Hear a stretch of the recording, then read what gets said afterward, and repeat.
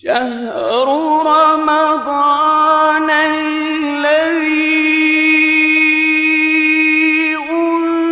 أنزل فيه القرآن هدى للناس وبينات من الهدى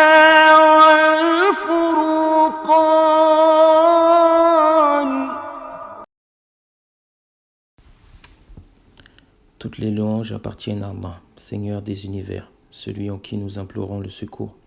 Nous saluons et nous prions sur le prophète, le noble messager, ainsi que sur sa famille et ses nobles compagnons. Ô nobles frères, que la paix et la bénédiction d'Allah soient sur vous. Le thème de notre étude du jour, Inch'Allah, par la réussite d'Allah, par sa grâce et sa vénération, concerne le caractère inimitable de l'agencement des versets du Coran, ainsi que sur le caractère unique de ses paroles. Le Coran contient des indications sur un ordre établi par Allah, gloire à lui le Très-Haut. Et nous voulons évoquer, entre autres, l'ordre entre la sourate Al-Isra, le voyage nocturne, et la sourate Al-Kahf, la caverne. Plus précisément, le début de la sourate Al-Isra et le début de la sourate Al-Kahf.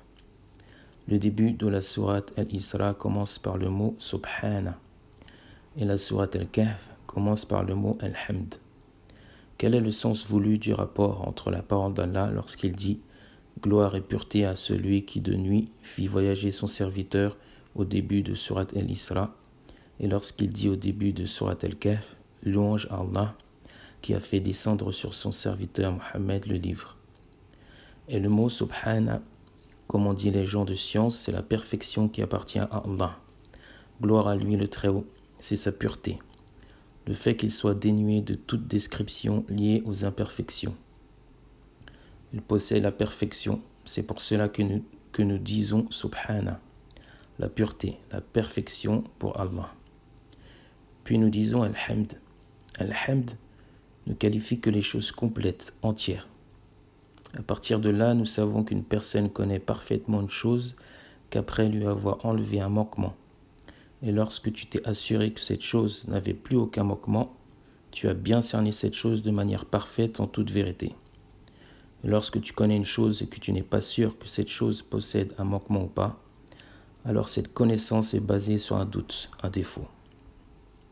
Et parmi ceux-là, lorsque l'homme regarde la création d'Allah, ou une caractéristique de la création d'Allah, ou gloire à lui le Très-Haut, ou ce qui prouve son existence, cela détermine la création et le lieu de la création. S'il n'y avait pas de créateur et qu'en même temps il regarderait cette organisation incroyable, qui s'est établie à un endroit précis, il verrait qu'il y a forcément un administrateur. Allah a dit, et il a élevé les cieux et a établi la science. Et il a élevé les cieux et établi la balance. Cette balance, comment est-elle venue? Est-ce qu'elle est venue toute seule ou avec des choses? Non. C'est Allah. Allah a dit, ce n'est pas par divertissement que nous avons créé les cieux et la terre et ce qui est entre eux. Nous ne les avons créés qu'en toute vérité, Surat Ad-Dukhan. Et cette vérité, le sens voulu ici, c'est la balance.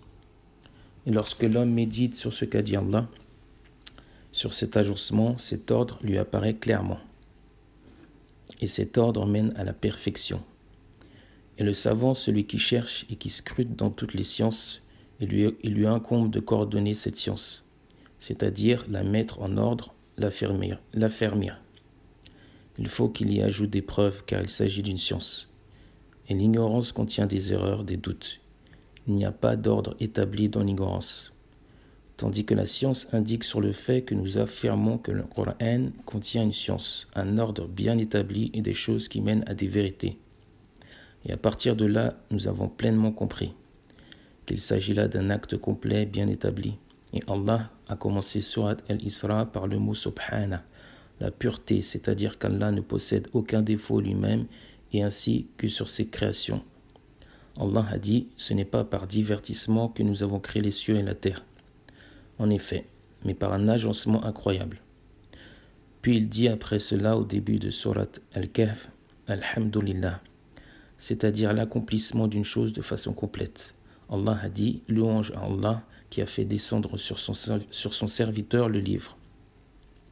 Ce livre indique sur l'ordre. Comment est-ce que tu te tiens devant Allah, cet ordre dans lequel Allah a dit qu'il n'y avait pas de défaut, de manquement, de doute, donc cela conduit à la perfection. Allah dit, Alhamdulillah, cela est venu après Subhana. Dès lors que tu es certain qu'Allah ne possède aucun défaut et que tu t'égares ou que tu as une mauvaise opinion vis-à-vis d'Allah ou de ses créatures. Et c'est pour ça que les savants se sont soumis à Allah de leur propre volonté, non par contrainte.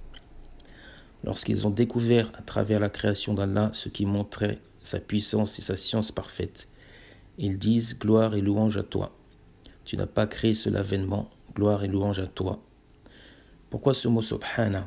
Comme a dit Allah en décrivant les gens de science, certes, il y a dans la création des cieux et de la terre et l'alternance du jour et de la nuit, il y a certes des signes pour les gens doués d'intelligence qui, debout, assis, couchés sur les côtés, invoquent Allah. Surat Al-Imran. Regarde, ils utilisent leur raison. Ils font des recherches concernant cet ordre. Ils méditent sur la création des cieux et de la terre. Notre Seigneur n'a pas créé cela en vain, mais tu l'as créé en toute vérité dans un ordre bien établi. Et personne ne peut savoir que cette création a été créée dans un ordre qui a des règles, sauf les gens spécialisés dans ces domaines, tels que les physiciens, les biologistes, les géographes. Ces gens, lorsqu'ils méditent sur la création, ils se rendent compte qu'il y a un créateur qui a agencé la création et qui a établi des règles, et que cela n'est pas le fruit du hasard. Ils disent donc « Gloire à toi, toutes les louanges te reviennent ». Et c'est pour cela que le prophète, paix et bénédiction d'Allah sur lui, nous a appris l'ordre suivant dans ce qu'on appelle « Al-Baqiyatus Salihat », les bonnes œuvres qui perdurent dans le fait de dire « Subhanallah, Alhamdulillah, La ilaha illallah, Allahu Akbar ». Regardez pourquoi le prophète, paix et bénédiction d'Allah sur lui, a commencé par Subhanallah avant Alhamdulillah. Tout simplement parce qu'on ne peut décrire une chose par la louange que lorsqu'elle est parfaite. Et pour prouver qu'elle est parfaite, on doit d'abord la décrire comme exempte de tout défaut, de par cette parole qui est Subhanallah. De même dans la sourate Al-Kahf, lorsqu'Allah, le Très-Haut, dit « Louange Allah, celui qui a fait descendre le livre sur son serviteur. Il n'y a pas introduit d'ambiguïté, un livre d'une parfaite droiture. » Il a d'abord nié l'attribution de quelques défauts au livre et ensuite il a décrit de perfection.